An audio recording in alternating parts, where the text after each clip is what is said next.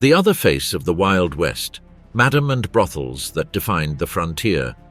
In the arid plains of the Wild West, where the law was a constantly contested concept, there existed a hidden corner that held the pulse of the frontier, the brothels. These establishments, with their murky glow from gas lamps and golden doors, were more than mere refuges for weary men. They were centers of power where women like Julia Bulette, the Madam of Virginia City, or Pearl Deir, the spotted dove of Cripple Creek, not only ruled their businesses but also wove networks of influence in a society marked by chaos and opportunity. What secrets did the brothels of the Wild West hide? The Golden Gates of the Wild West, the rise of brothels. In the mid and late 19th century, during the westward expansion of the United States, a sociocultural phenomenon arose that became deeply intertwined with the region's history: brothels. These establishments, also known as houses of nocturnal entertainment, in an attempt to disguise their true nature, were a response to the needs of men who moved to new mining towns and frontier settlements in search of fortune. While miners, cowboys, and outlaws traversed the vast territories of the West, brothels emerged as places of rest, solace, and often escape. The rise of these establishments was closely tied to the California gold rush of 1848, which attracted thousands of men from across the country and around the world. These men, far from home and in hostile environments, found relief from loneliness and a need for companionship in brothels. The growing demand for these services was immediate, and many of the first brothels were founded by women who knew how to seize this opportunity. Among the first women to enter this business was Toy, a Chinese woman born in Canton who arrived in San Francisco in 1849. With a mix of cunning and pragmatism, Toy opened one of the city's first successful brothels. Her success was due not only to her ability to manage the business, but also to her uniqueness as a foreign woman in a male-dominated frontier society. The passage of the 1862 Homestead Act, which offered free land to settlers, further fueled migration to the West. The new populations, which quickly established themselves in places like Nevada, Colorado, and Arizona, gave rise to boom towns, ephemeral settlements that grew rapidly with the arrival of thousands of people, but lacked established social and legal structures. In this vacuum of norms, brothels thrived. While boomtowns sought to attract men to work in the mines, they lacked the infrastructure to meet other human needs. It was in this void that madams managed to carve out a crucial niche. Not only did they provide a demanded service, but they also became pillars of their communities. The lack of law in these settlements promoted a society where morality and conventions were flexible, and madams like Mary Catherine Harrony, better known as Big Nose Kate, represented a form of power and autonomy in a territory where women had no dominant voice. Despite their economic and social importance, brothels were viewed with ambivalence by society at the time. While some considered them to provide a necessary service to communities, they were not free from criticism. In 1865, the Kansas City Times published that these places provided a service, but they are a moral blight. This contradiction reflects the conflict these establishments generated. They were seen as a necessary evil, but also as a reflection of the moral decay of the frontier. Despite the criticism, many women who worked in these establishments, such as Eleanor Dumont, known as Madame Moustache, managed to assert themselves in a male-dominated world. Eleanor Dumont, for example, became famous not only as a successful dealer, but also for running her own establishment in Nevada City, California, in the year 1850. The lives of the women who worked in these brothels, particularly those who ran them, were full of paradoxes. Many of them, like Lily, a woman who wrote a letter in 1875 describing her work as a professional dancer, used euphemisms to maintain appearances with their families and society. Despite the hardships, these women built lives and careers in an environment where the law was uncertain, but where they knew how to seize the opportunities that came their way. Queens of the night, legendary madams who defined the Wild West. In the inhospitable and ruthless landscape of the Wild West, where law and order were often an illusion, a group of women defied social conventions and built empires of power and money. These women, known as madams, not only ran brothels on the frontier, but also became shrewd businesswomen, figures of influence, and survivors in a male-dominated world. In their hands, brothels were not just houses of pleasure, but centers of power, where crucial decisions were made and alliances were woven that defined life in frontier towns.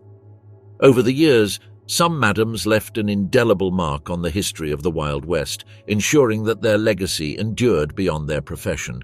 Pearl Deir, Julia Bulette, and Mattie Silks are three such exceptional women whose stories transcend the stigma of their trade, turning them into iconic figures of a turbulent and fascinating era.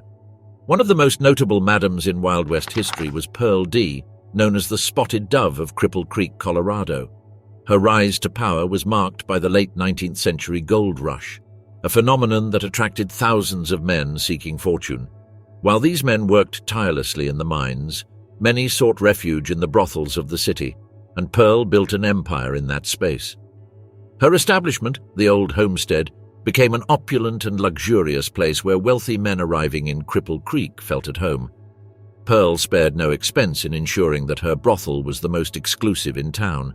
Her rooms were elegant, her service impeccable, and her refined style made her one of the most powerful and respected women in the city. However, Pearl's life ended tragically. In 1997, at the age of 32, she died from a drug overdose, shocking the community. Her death marked the end of her reign and left a vacancy that was never filled. Despite her premature death, Pearl Deir's name remains synonymous with luxury and power in the Wild West. Julia Bulette, dubbed the Queen of Virginia City, was a madam whose story defied the expectations of the time. Born in New Orleans, Julia moved to Virginia City in the 1860s during the Silver Rush. Despite the controversial nature of her business, Julia managed to gain the respect of the community, which was unusual for a woman in her position. Julia was not just a madam, she was a generous and charismatic woman, known for offering a home and refuge to miners who spent weeks or months in the mines. Her establishment became a key gathering point for lonely men seeking companionship. Moreover, unlike many other women in her trade, Julia gained social recognition, even being named an honorary member of the local fire brigade, an honor that broke with the conventions of the time. However, her life ended tragically. In 1867, Julia was murdered by a thief in her own brothel. Her death shocked the community so much that a day of mourning was declared in her memory. Her legacy remains that of a woman who broke the barriers of her time, showing that the madams of the West were not just women of pleasure, but also women of power and compassion. While many madams simply managed their brothels, Mattie Silks went further. Considered one of the shrewdest businesswomen of the Wild West, Mattie built a brothel empire in Denver, Colorado, during the 1870s and 1880s. Her success was not only due to her beauty or ability to handle clients, but also to her capacity for negotiation, leadership, and protecting the women who worked for her. Additionally, Mattie was known for her rivalry with another famous madam, Katie Fulton, a dispute that culminated in a public duel in 1875-7. The duel, attended by numerous witnesses, only heightened her legendary status. In the Wild West, where the law was often unclear, women like Mattie earned respect through their cunning and determination. What set Mattie apart from many other madams was her business attitude. She saw her profession as a legitimate business, not as something that should shame the women involved in it. In her own words, Mattie said, "I went into the business of pleasure for commercial reasons and for no other. It was a way for a woman in those days to make money, and I made it." The madams of the Wild West, such as Pearl Deir, Julia Bulette, and Mattie Silks, were not only figures of power but also symbols of resistance and autonomy in a male-dominated world. Through their stories, we can see how these women shaped their destinies, defying the social and economic norms of their time. Despite the adversities, these women built empires, gained respect, and in many cases found a form of economic independence that was inaccessible to most women of their time. Their legacy goes beyond the brothels they ran. They are examples of courage, intelligence, and determination. In a time and place where opportunities for women were limited, the madams of the Wild West found ways to thrive. They were pioneers who, with elegance, cunning, and courage, left their mark on the history of the West, the secret of the soiled doves of the Old West. In the Wild West, a world of risks and opportunities, the women known as soiled doves played a crucial, though often overlooked, role in history. These women worked in the brothels and saloons of frontier towns, offering companionship to lonely men who arrived in search of fortune or entertainment. While their lives were marked by marginalization, stigma, and violence, their presence was essential to the economy of boomtowns, which depended on them to sustain the nightlife and social life. The soiled doves were, in many cases, survivors. Despite the harsh living conditions, diseases, exploitation, abuse, some managed to transform into women of great power and influence. A notable example is Chicago Joe Hensley, who arrived in Helena, Montana, during the 1860 gold rush. Through her cunning and business acumen, Jo went from being a simple brothel worker to the owner of several brothels, accumulating wealth and respect. Her story reflects how resilience and ingenuity were vital to thriving in such a hostile environment. However, despite the widespread disdain toward them, the soiled doves were not merely victims. Often they gained the respect of the community and played a key role in the welfare of frontier towns. A clear example is Diamond Jessie Heyman, who prospered during the Klondike Gold Rush and, upon returning to San Francisco, dedicated herself to philanthropy, helping the needy. Jessie represented one of many women who, despite being seen as the scum of society, were truly pioneers who defied the norms of their time. In places like Tombstone, Arizona, solidarity also flourished among the soiled doves. When Birdie the nightingale fell gravely ill, the community came together to care for her, showing that despite the social stigma, these women could also receive support and respect in times of need. This solidarity served as a reminder of the humanity that lay behind the lives of these women. Despite the adversities, the soiled doves left an indelible mark on the Wild West. Their stories, marked by struggle, sacrifice, and courage, reflect an important aspect of frontier history that has often been overlooked or minimized. Gentlemen in skirts. In the Wild West, where social norms were more flexible than many imagine, some men defied gender conventions by dressing as women.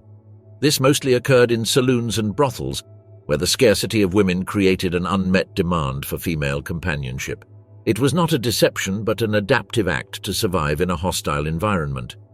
Figures like Harry Hee, known as Squinty Sue, became popular, adopting a female identity not only to earn money, but also to take advantage of a more fluid and free social space. Another notable case was that of Fernando, a man living in Virginia City who adopted a full feminine persona, winning the affection of the community and actively participating in the social life of the place. Additionally, Jean Bonnet, a French immigrant who lived as a man, broke with gender norms and became an advocate for the rights of the soiled doves, helping improve their working and social conditions. These men who dressed as women not only defied gender expectations, but reflected the fluidity of social roles in the West. Despite facing both acceptance and rejection, these men demonstrated that human adaptability was a fundamental characteristic of the Wild West, where the rules of coexistence were often more flexible and changing than traditional society was willing to acknowledge. The Velvet Veil, the economic and social impact of the red light districts in the Wild West. The red light districts of the Wild West, where brothels flourished, had a crucial impact on the economy and social life of mining communities. These establishments, though surrounded by controversy, became essential economic engines in cities like Virginia City and San Francisco during the gold rush. In the early 1850s, when thousands of men arrived in the West in search of fortune, the scarcity of women created an opportunity for many women willing to work in brothels. Julia Bulette, a madam in Virginia City, ran a successful business that not only provided entertainment, but also financed public works such as schools and hospitals, demonstrating the positive economic impact of these establishments. Brothels also served an important social function. Although women in these businesses were stigmatized, some, like Pearl Deir in Colorado, earned the respect of the community and participated in local causes. In San Francisco, Ah Toy, a Chinese immigrant, not only ran a successful saloon but also advocated for the rights of women and minorities, setting legal precedents for the protection of these groups. However, brothels were also centers of violence, substance abuse, and disease. Mattie Silks, a madam in Denver, was involved in several violent incidents, while the spread of diseases like syphilis was common. Nonetheless, some madams, like Mattie Silks, implemented preventive health measures to protect their workers. Despite the legal ambiguity surrounding their existence, red light districts were recognized as vital elements for the economy of mining cities. In Deadwood, Seth Bullock, the local sheriff, allowed brothels to operate under certain regulations, acknowledging their economic importance. In this sense, brothels, though often considered illegal, were tolerated by authorities due to their relevance in local life. Brothels also served as cultural melting pots. Women from various ethnicities, such as Chinese, African American, and Latina, found in these saloons an opportunity to forge independent lives. Figures like Artoy and Mary Ellen Pleasant broke social barriers, while Native American women like Maria Gertrudis Barcelo exercised power in their communities through their businesses. This cultural intermingling turned brothels into spaces of complex social interaction, where traditions, struggles, and opportunities mixed in a context of racial and gender inequality. The secret legacy of the brothels that shaped the red light districts. Historic brothels not only gave rise to the modern red light districts, but also played a crucial role in the social and cultural development of the cities where they flourished. These places, beyond being mere shelters for pleasure, became centers of social transgression, leaving a lasting mark on the architecture and structure of contemporary vice neighborhoods. In late 19th century Paris, Le Chabanais, founded in 1878, represented the epitome of luxury and decadence. With opulent interiors and themed rooms such as the famous Japanese room with a gold bathtub, Le Chabanais not only satisfied carnal desires but was also a symbol of the Parisian elite. It was frequented by figures like Toulouse-Lautrec and Guy de Maupassant, and King Edward VII of England was one of its regular clients. This brothel established a deep connection between vice, luxury, and art, an influence that persists in the conception of today's upscale red light districts, where transgression and restricted access still set the tone. In the United States, Storyville in New Orleans, founded in 1897, was an adaptation of the European model. Though less luxurious, Storyville was an attempt to regulate and concentrate prostitution in a designated area. While mostly geared towards social segregation, with brothels ranging from luxurious mansions to modest shacks, it was also a cultural center where artists and writers like Louis Armstrong found inspiration. Storyville reflected the complexity of Victorian morals in the US and the influence of European brothel architecture, adapted to the social and legal realities of New Orleans. In Japan, the Yoshiwara district in Edo, modern Tokyo, was an exemplary urban model from the 17th century. Its structured design, as a walled district with streets organized in a grid, influenced the organization of many modern vice neighborhoods. Besides being a center of pleasure, Yoshiwara was also a cultural hub where traditional Japanese arts like kabuki and haiku poetry were celebrated. The courtesans of Yoshiwara, considered figures of high sophistication, were symbols of elegance and culture, reflecting the social control and class divisions that defined this district. The influence of early luxurious brothels, such as Le Chabanais, Storyville, and Yoshiwara, extends to modern red light districts in cities like Amsterdam and Hamburg. Though more discreet, these places still maintain the separation from mainstream society and are located in outlying areas. Despite their isolation, they remain centers of transgression and cultural expression, where the boundaries between social morality and transgression blur, creating a parallel structure where vice is both rejected and accepted. Throughout history, red light districts have represented both sin and salvation. They are refuges for those on the margins of society, reflecting the tensions between desire and social norms. Though they continue to be the subject of moral and legislative debate, there is no doubt that they have been fundamental in social structure, offering a space for cultural and artistic expression. They bear witness to how transgression and vice are intrinsic elements in the development of human cultures. The journey of luxurious brothels in Paris and Tokyo to the modern red light districts demonstrates that these places are not just spaces for pleasure, but also centers of power, culture, and identity, continuously challenging and reflecting the social dynamics of morality and transgression. The decline and rebirth of the brothels of the West. When the sun sets over the barren plains of the Wild West, so too do the lights of a world that, though full of mystery and controversy, formed an essential part of American history, the brothels of the West. These establishments, known for their clandestine nature and vital economic role, had their glory days during the gold rush years and the expansion westward. However, as the 20th century dawned, the era of scarlet shadows began to crumble, marked by a confluence of social, legislative, and economic changes that altered the landscape of brothels and the women who ran them. By the late 19th century, the Wild West was already witnessing the disappearance of many of the traits that had defined it: the legend of the gunslinger, the gold rush, and the brothels flourishing on the fringes of the new country. The Victorian era, marked by its rigid morality, began to give way to a more progressive society, where the struggle for women's rights began to gain ground. Women were no longer meant to be mere submissive figures, as dictated by strict Victorian codes. They were beginning to claim their place in society in a more active and independent manner. Influential leaders like Elizabeth Cady Stanton and Susan B. Anthony led the suffragist movement, which not only pushed for women's right to vote, but also questioned the traditional structures of femininity. This fight for equal rights irreparably altered the social perception of women working in brothels, who were often viewed with disdain as fallen women without morality or dignity. In this context, society began to reconsider the very concept of the respectable woman, forging a growing distinction between those who were part of this new social paradigm and those who remained on the margins of society. Women's suffrage, achieved in 1920 with the ratification of the 19th Amendment, was a crucial milestone that sealed the change of era. The advancement of women in public and political life not only challenged gender discrimination, but also contributed to the growing delegitimization of brothels. These establishments, once seen as an integral part of life on the frontier, were now subjects of moral and legal rejection. At the same time, legislative actions also played a crucial role in the decline of brothels in the West.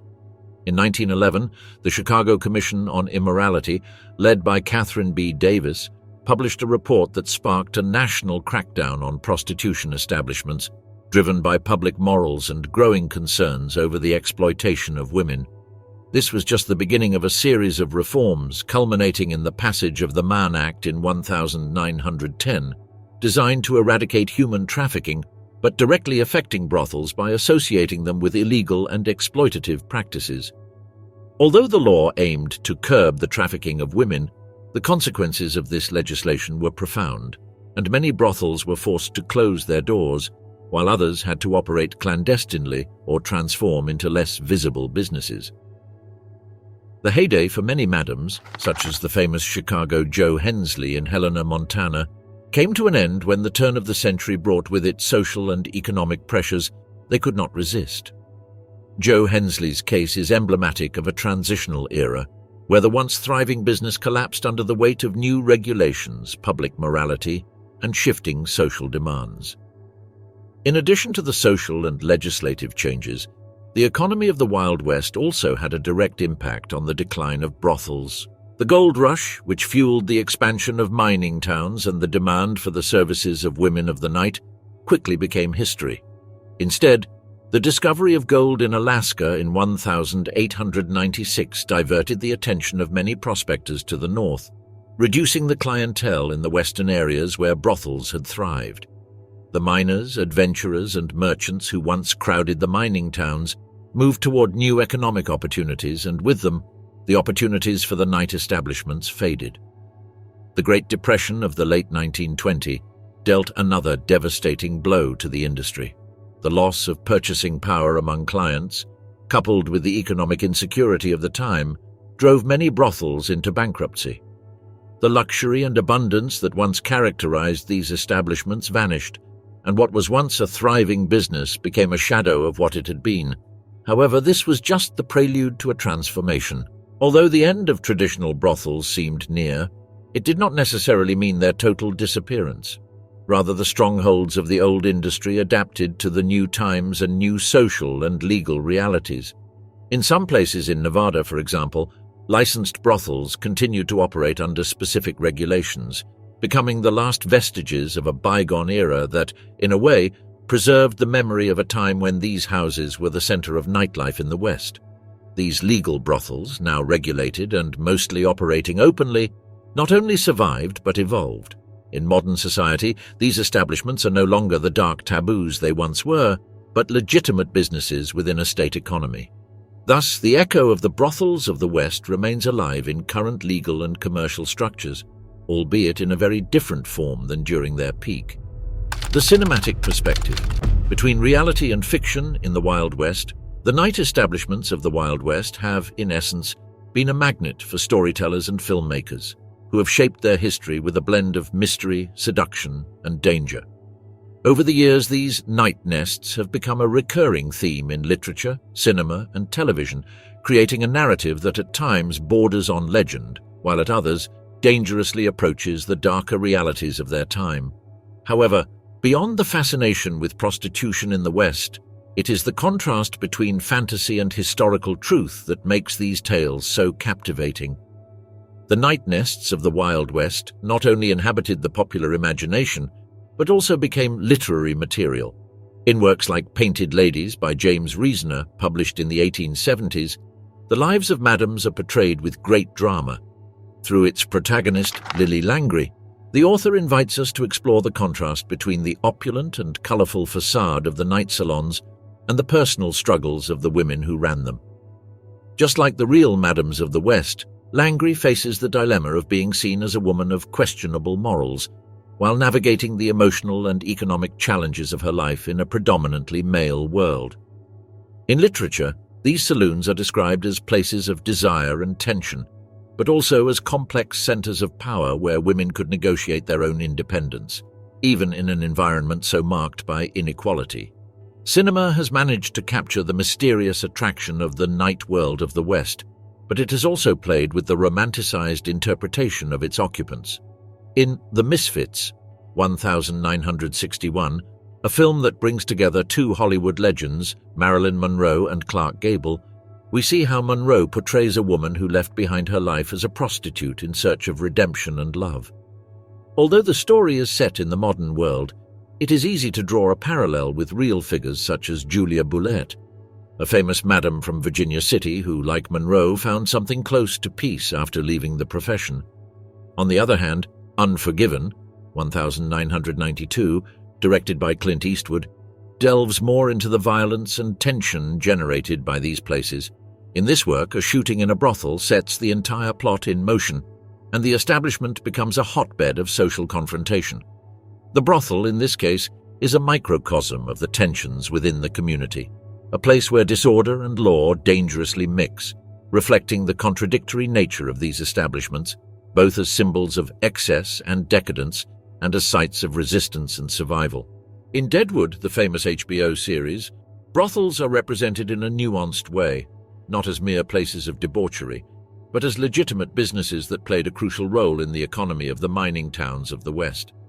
The character of Al Swearingen, a shrewd and manipulative brothel owner, reflects the moral ambiguity of historical figures like Mattie Silks, who used their wit and charisma to navigate the complex dynamics of power, class, and law. Swearingen, with his ominous presence and business acumen, mirrors the tactics of many real madams who, like Mattie Silks, were not just businesswomen, but highly influential figures in their communities. However, as with all portrayals in the media, it is necessary to read between the lines. Not all Western stories that depict brothels and their occupants accurately reflect the harsh reality of those times. Often films and series focus on romantic redemption or the fascination with the tragic beauty of the women who inhabited these places, while the social and power realities are simplified to create more digestible narratives. Many times, the lives of women in the Wild West were far more difficult and grim than what was portrayed on screen. The risks of diseases or the social and legal tensions were not mere secondary intrigues. They represented daily struggles for many of these women. Despite this, there were also moments of compassion and solidarity in these brothels, where madams became protective figures for the other women under their roof. The sense of community in these places was, in many cases, deeper than what popular culture usually suggests. In the Wild West, brothels were much more than havens for weary men. They became centers of power and influence managed by resilient women like Julia Bulette and Pearl Deir. These establishments not only boosted the economy of boomtowns, funding public works and creating social networks, but also provided madams with a platform to exercise autonomy and leadership in a predominantly male society. Through their shrewdness and determination, these women defied social conventions, leaving a lasting legacy that reflects the complexity and vibrancy of life on the frontier. The brothels of the Wild West, with their murky allure and gilded doors, encapsulate an essential part of American history, demonstrating how power and influence can emerge from the most unexpected corners.